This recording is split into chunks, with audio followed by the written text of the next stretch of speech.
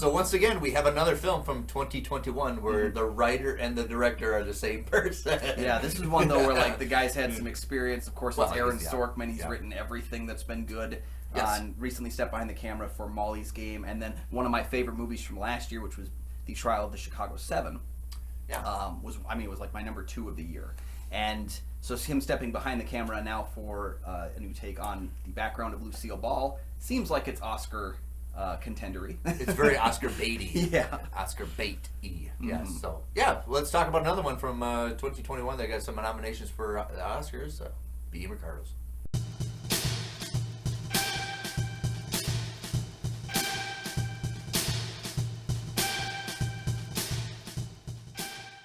And welcome back to the show. I'm one of your hosts, Kyle Goethe from GoatFilmReviews.com. I'm Nick from the St. Paul Filmcast, and thanks again for watching. Thanks again for finding us, and for our loyal fans, thank you for continuing to support the show. You can follow the show on Twitter and on Instagram. Hey, we do have a Patreon. Go down there and check that out for some options, and you get to tell us what to do. And today we're going to talk about another one that got some nominations for Oscars for 2021 films. It's Being Ricardos. Yes. So, set during a tumultuous week on the set of I Love Lucy, stars Lucille Ball and Desi Arnaz face off against allegations that the famous actress is a member of the Communist Party. In addition, the discovery of Lucy's pregnancy and the concerns about Desi's possible infidelity leads Lucy to throw herself into her work on the show, pressuring the creatives around her. So Aaron Sorkin likes to do this thing, it's almost like Spielberg, where you get a bunch of just loaded exposition writing style. You know, Spielberg likes to get the action out of the way and then settle it down. Well, Sorkin likes to get the exposition out of the way with like mock fake interviews and explain the story and then settle the story down a little bit. He's kind of find that little niche, and I think that works for him. I do have kind of like a love-hate relationship with him because sometimes he just seems to write because he likes his own writing. Yeah, this one felt a bit more self-indulgent. Yeah. Because again, I loved The Trial of the Chicago 7, so I'm coming off a big high. I did like Molly's Game too, which is kind of and I think he's got skills as a director. He's not as strong or creative a director as he is a writer, and that tends to be the case when you're really big on the writing portion and you move to directing. Then you tend to focus on the writing because that's what you're known for.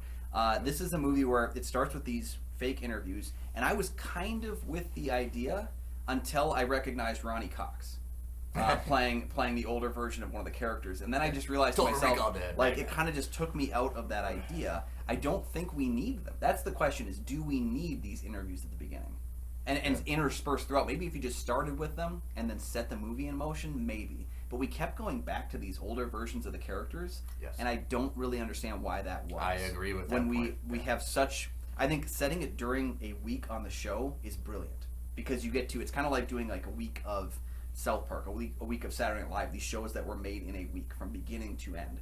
It's a really cool idea. You get to have that ticking clock syndrome. Yeah. Let's spend our time there. That's what's most important.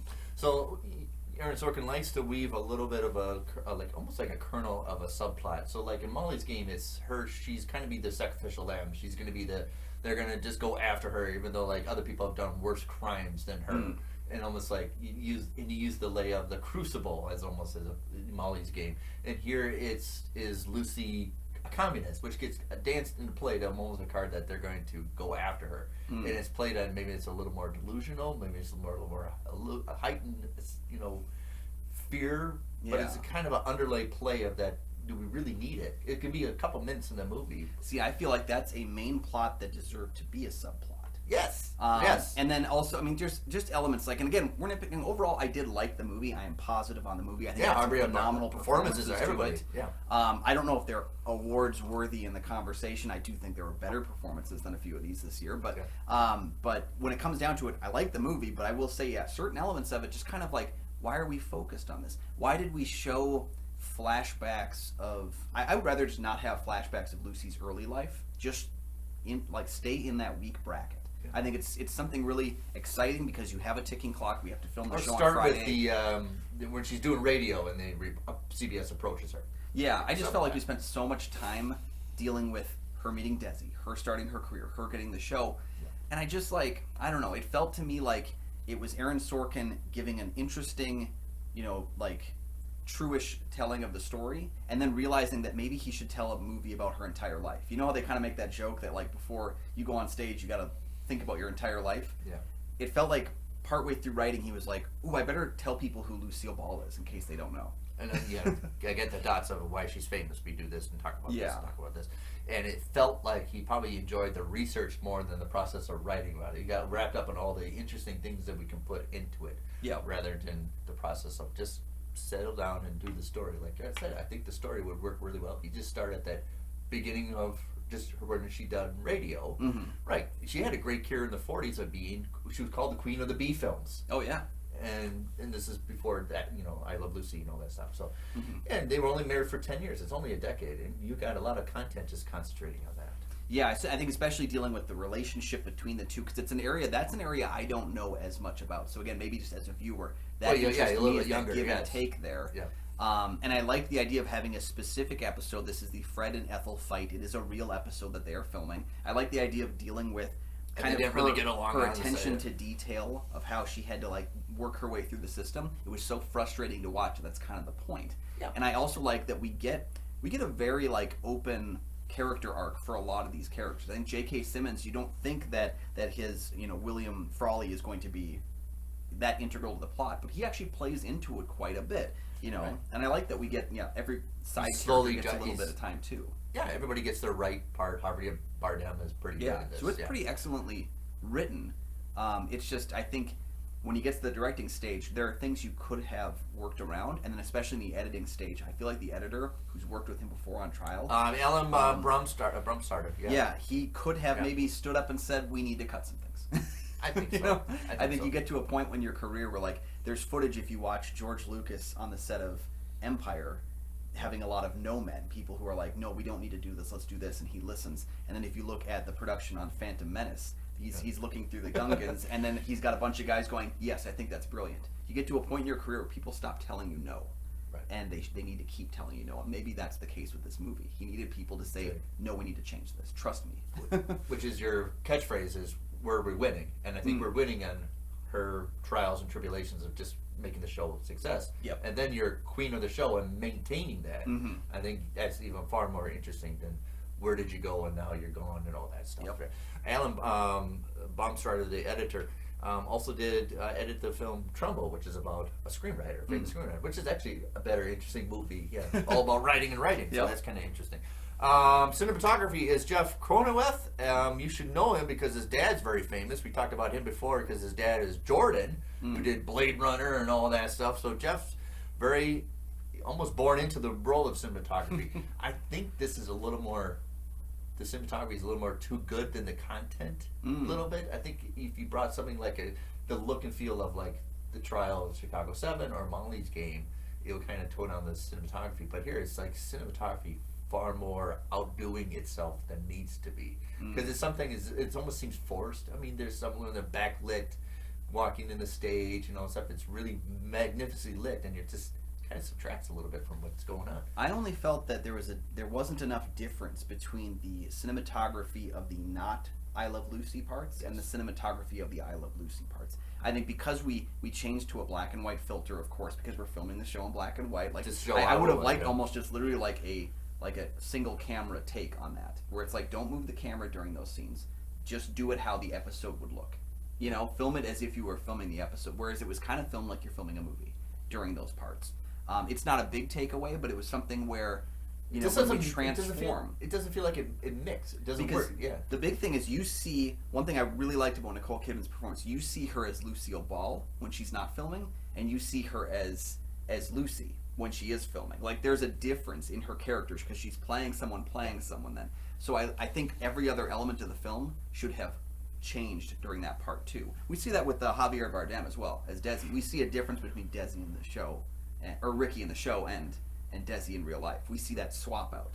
So I would have liked if all the crew elements had made that change too, so that we're kind of jumping in Matrix style into the show. I like that point of view thing. Yeah. There's a scene where there's exterior shot where they film it up in the street. So the Griffin's one-way street, the Griffin Observatory one-way street. Oh, You yeah. can close it off, and I think is that the lamp in the stage from La La Land? Probably. I think it's from. I told my wife I think that's from La La Land. So if you watch the movie, there's an exterior shot where the two cars meet, and they meet. I think it's the Griffin Observatory Road, which is easy to close off, and I think that is the lighting and this lamp and the bench from following. I think any film that's being shot using LA as a setting, the set designer has to be like, let me just place a call to Griffin to make sure we got a date set. Because like, it's almost like you don't need it in any movie, but it's now we have to show it because that tells us where we are. So I don't know if I didn't do the research. I don't know if they're going to be honest about it, but did they, through sound mixing, change Nicole Kidman's voice to sound a little bit like Lucille Ball's? I don't think so. I think, and part of it is that it was at all her. I feel like it's her. Okay. And because I've seen her do this before. I've seen her give a performance where she's able to do the tweaking and the changing. Because if it really she's is a her, great then voice actress. Okay. That she gets kind of like showcased for her visual, because she's so beautiful, so we want to see her on screen. Yeah. But she's actually quite a good voice actress as well. She did some things on previous work too, and she's done a lot of TV work recently where I've seen her kind of change the voice that she's working with.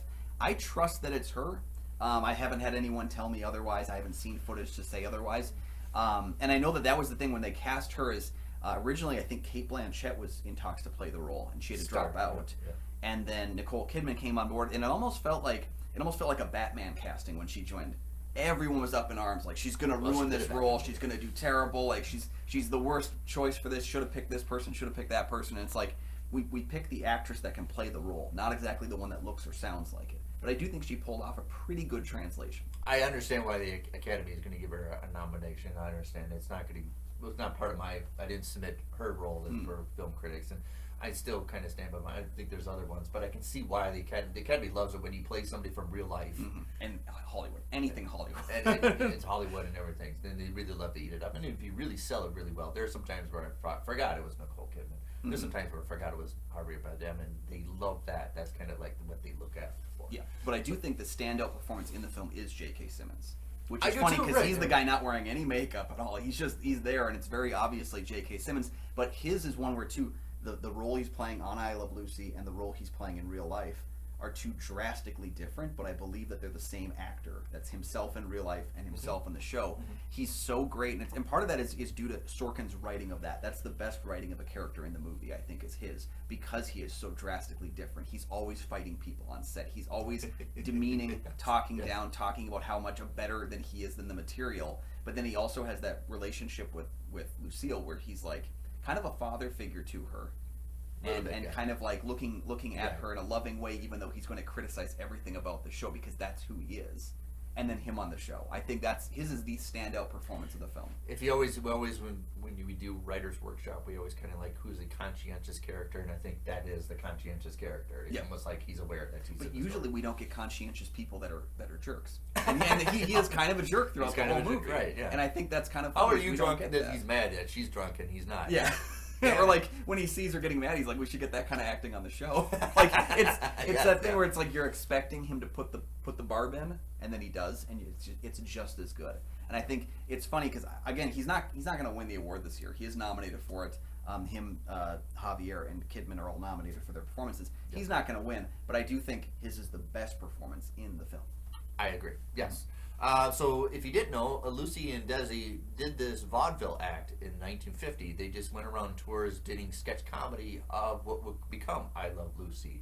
And it's almost like, probably nowadays you put it on YouTube, but they traveled and people liked it and it was a sold out. And then that's how it got on television. Oh, yeah. And it was kind of an accolade to why, Desi Arnaz, I Love Lucy. And that was the whole point why he loved her, even though she was naive or all the things fumbling.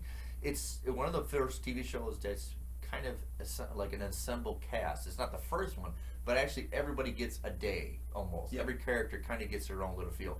You don't get Seinfeld unless you get I Love Lucy. Yeah. Where everybody almost like, okay, now we're talking about Kramer's problems today, even though he can be the star of the show. But I Love Lucy is the first one that put the spotlights on supporting roles in the show. It felt like our big four on the show had I wouldn't say full arcs, but they all had something to do in each episode. They had something memorable. And I think part of that goes down to, again, like, Lucille Ball was very good.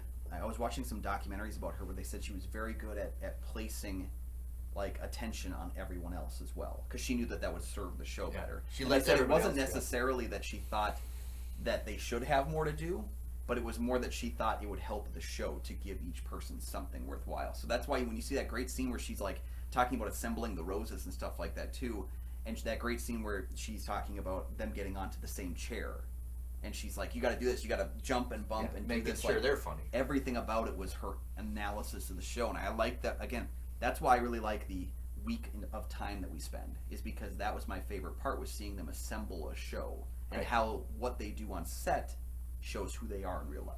Right. So Lucy knows that the show can be funny. It's not just her just being funny. The show can be funny. Right, Mike Myers? Yeah. Mike.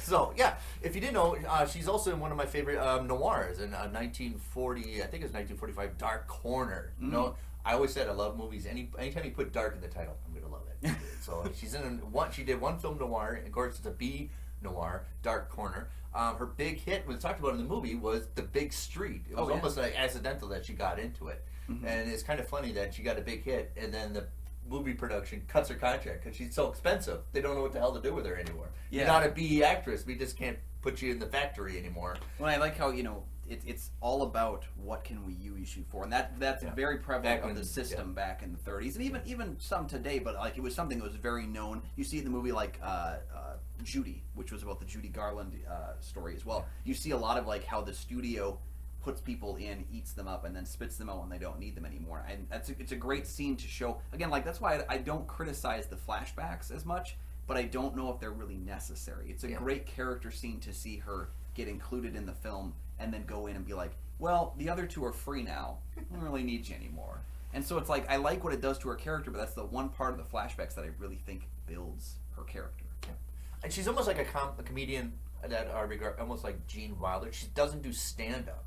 She's not going to be a slapstick, but she knows how to place, like with the grapes. She knows how to make it funny. How do I get it messy? Yep. Oh, I lose my earring, and now I'm going to get stupid.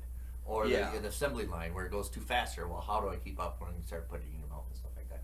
And Gene Wilder's almost like that. He knows what could be funny. It's not going to be standalone funny. I think he needs an ensemble around him as well. Yeah, Gene Wilder was, just like Lucy, was able to lift other performances with his, and it wasn't always necessarily what can I do that's funny. It's what can I set up for someone else, and that's why we don't often see, like, most of the great digs that he has in Willy Wonka. We're getting sidetracked. But most of the great digs in Willy Wonka are him being able to, like, take a situation and lift up a joke, and that's kind of what Lucy does, and we see that a lot throughout the show. But we see that in the film as well, as her lifting up because she knows this is how it's going to work. I like that they have that moment where she's like pausing at the grapes, like, how do we do this? How do we make this? And it's like, we get all these, like, that's flashes part of the these, movie. These light bulbs going off in her head, like, how do I make this work? And it's kind of like a thief trying to figure out how to rob a bank. She's like looking at, how can I make this funny? And I think that's pretty cool. I think the show was going on for 4 years. If you're interested, there did a movie. Well, as the season was still going on, as the show was still going on, it's the Long Trailer. So if you're interested, they did make the movie Long Trailer as they were doing the TV show as well, and that was a big hit as well. It's almost like them, going out on a road trip almost. Let's get Lucy, I Love Lucy, out on the road and see if that's funny. This was a successful movie as well. It's kind of like when Batman was like, we need Batman 66, we need some funding, so let's make a movie, and then we'll keep using those props and sets for the next 3 years. So other notables, Tony Hale, who played Jesse Oppenheimer, show producer. Jesse Oppenheimer was a sketch comedy writer for Jack Benny. He also written jokes for people who went on late night shows. So I'm like Judy Garland. Hey, I'm going on the Tonight Show. Can you write me some jokes so I can be funny? And he was one of those, like a joke funny doctor.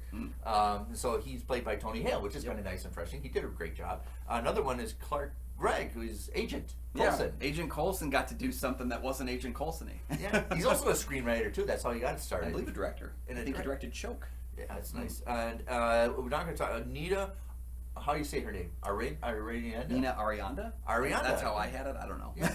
She's a great stage actress. She's won some Tonys for stage performance, and this is nice. She does very well for the limited she has. Yeah, hers is maybe the smallest of the 4 principal stars, but she has something important to add, and it means more at the end of the film that she's kind of been sidelined a bit throughout. But it is interesting to know that she's playing someone who had a very big stage career before I Love Lucy. And she is someone who has a pretty solid stage career before doing the yes. So it's kind of like, how like Ariana DeBose in West Side Story is like, she played someone who's got very good musical talents, and now she's in a movie about musicals. Like, and so it's a good casting that I think adds something. Yeah. That's the one where you need to have someone who's got the theatricality, and I think she does. Nina doesn't really have a lot of film history to her name yet, and I think this is a nice stepping stone to be surrounded by a great acting cat. This is going to be nice launch. This is her being lifted up, yeah. Yes, and I'm looking forward to what she can be capable of doing for next couple pictures and projects and stuff like that. Maybe she can probably even do like Maggie Gyllenhaal, right, directors. Oh yeah. She's got a great career ahead of her already. Yeah, and I know we've talked about a lot of the performance in the film. I do want to highlight Alia Shawkat and Jake Lacey, who played the writers of the episode. And of course, Alia Shawkat, who worked with Tony Hill on Arrested Development.